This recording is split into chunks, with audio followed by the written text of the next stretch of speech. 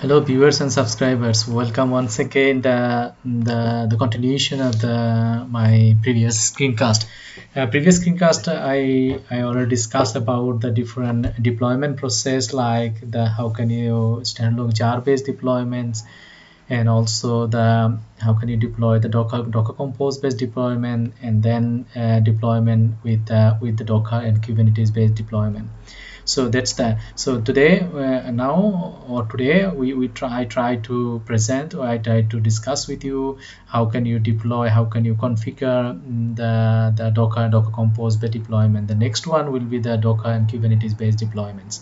Let's have a start. How can you start the Docker Compose based deployment from the Spring Boot application, REST applications? You saw here some description for the Swagger UI. I will show you detail when I do run the deployment application with the Postman test and so on and so forth.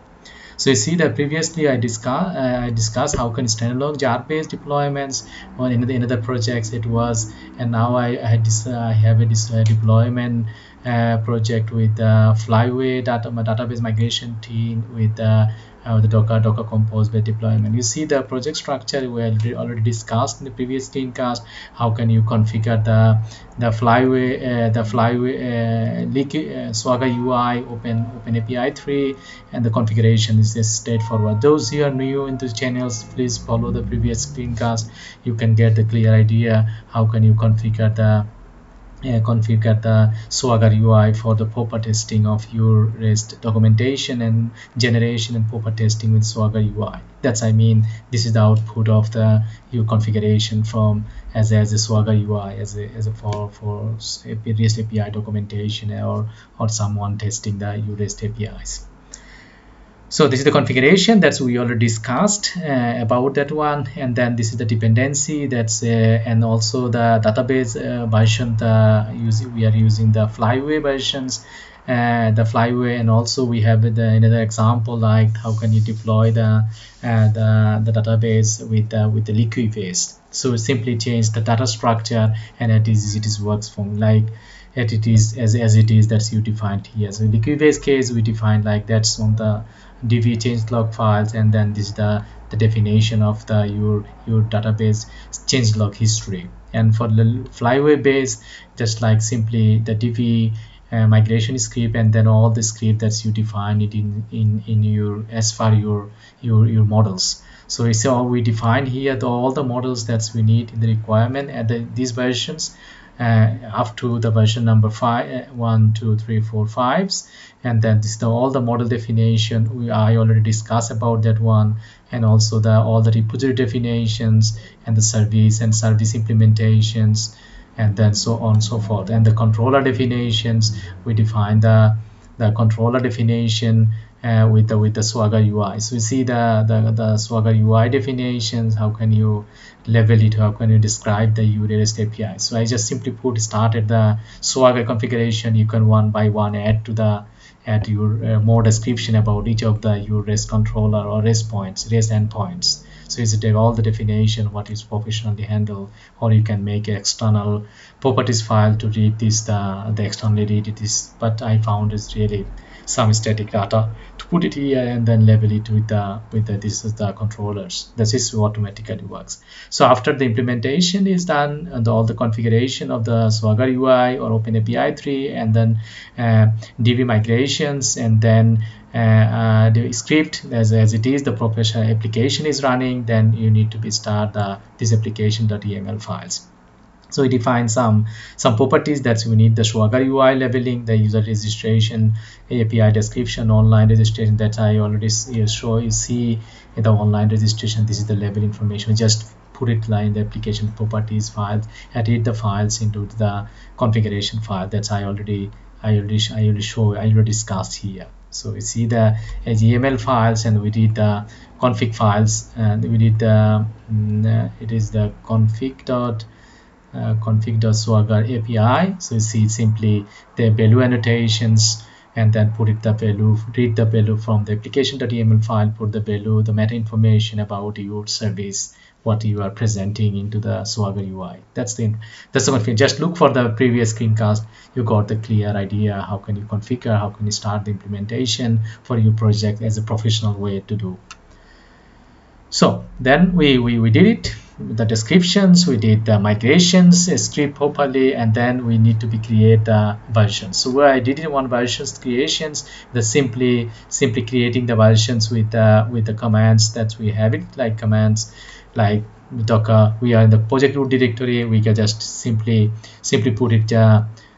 We can go there, clean the screen, CLI. Then you can just put it the versions. We have that the MB clean the install the desktop. We script the test cases, and it's installed the new version of your application. So we are using the versions the 1.2.7s, and just when I creating the version is done, and then we can get the creation of versions into your project directory, and then we just simply copy the versions. So it is done the implementations, generate the version number, and then we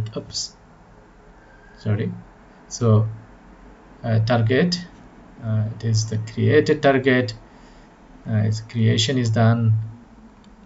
So it is still the creating the versions. So it's after creating the your jar file, you simply just copy paste your jar files, and then it's not here.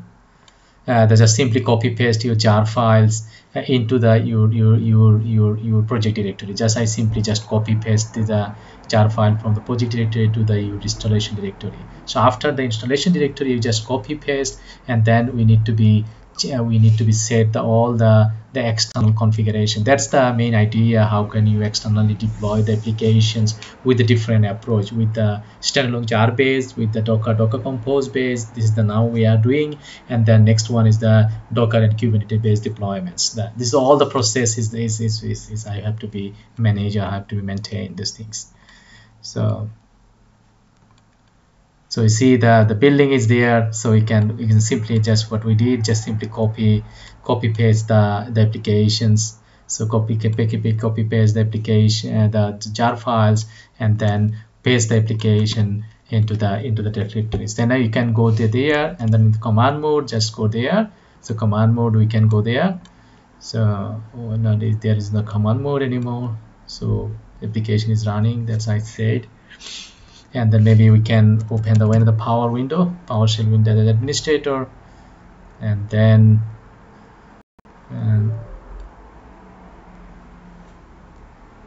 so we can go to the command cell and command mode, and we can CLI dir.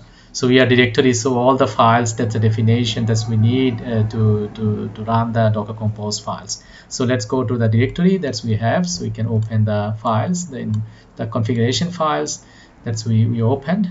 You can simply notepad, and this is see all the environmental settings. We see the environmental setting parameters, all the attributes and properties. We set the version number, port number, localhost, which host we are trying to install the microservice applications, and the database username and password, and so on and so forth. This is like really professionally handles. But those are new into the deployment process. Maybe you are working small company, then you are responsible to build such a configuration file to install the application into any machines in any part of the world. So you need to write down the script files and the configuration script, and then the installation team or you has to be run this script one by script into the installation machines. So you see that you can change the host number, they need to be changed the port IP and which version you are running, and the database connection information, and so on and so forth. And this is the application properties file inside the jar files. So you see there is information, all the information that you have, and this is the placeholder. If it's not the environmental variable is not set here, then it's take the admin as a default user password.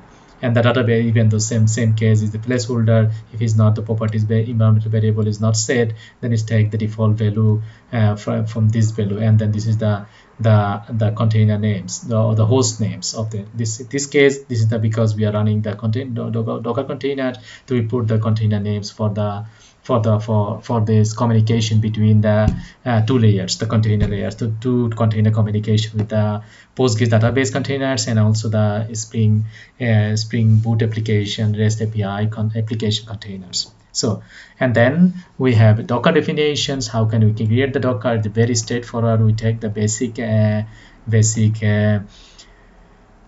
Java 8, and then we just simply copy our standalone jar files to the container path in the app.jar directory, and after that end the replications as a standard command in Java and jar commands, and it works automatically.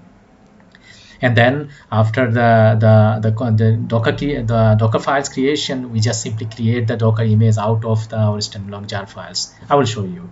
And then finally, we just Docker compose files. This is very simple definition. Still, it is the placeholder to take the image, which versions we need to be.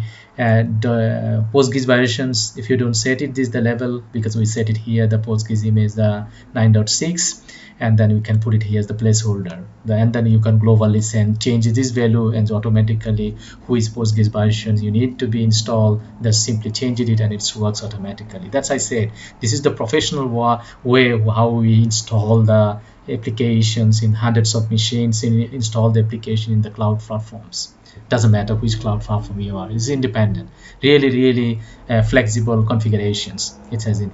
And so Docker compose files, we define the volumes of and then Postgres volumes, and also the container names and the networks, DB networks, and then port and the environmental files where it's located. Maybe you have a different environment file, you need to simply put the environment files. And this is the variable space settings for your database connectivity, and this is the new container names, and the container name push is here, and this is the image the created out of the Docker file that you have it. Or you have to create the image first and then run the Docker compose file. I will show you that's one. So you define the Docker image and with the tag number 1.2.7, and then this is the Docker compose file need to be run out of creating, and the application port, this is the container port 8080, and then this is the publish port for the application 2021. So this is very straightforward. Those are new, so it depends on the database. So because it will install the or Docker compose or Docker container will be started, or take the image from Postgres image before running our Docker Spring Boot application. So you see that depend on the database. We need to be prepared. This service has to be run first to download the Docker image and install the Docker the Postgres image into the containers and run the containers, and then after that the application will communicating with the networks, the DB networks, and then with the Spring Boot application to connect with the Postgres database containers or your host. So that the host is defined here. This is the host communications between the two container communications. So after this, the configurations, that's we exactly in the application in the source code files, and we have just simply copy paste, and then administrative team or installation team that simply change these numbers or this port, which IP address he tried to install, and which the port number is free, which version they need to be just override this information, and the overwriting that has to be done automatically. That's really what we are expecting in the professional day and professional lives. Let's deploy the application. How can we do the deployments?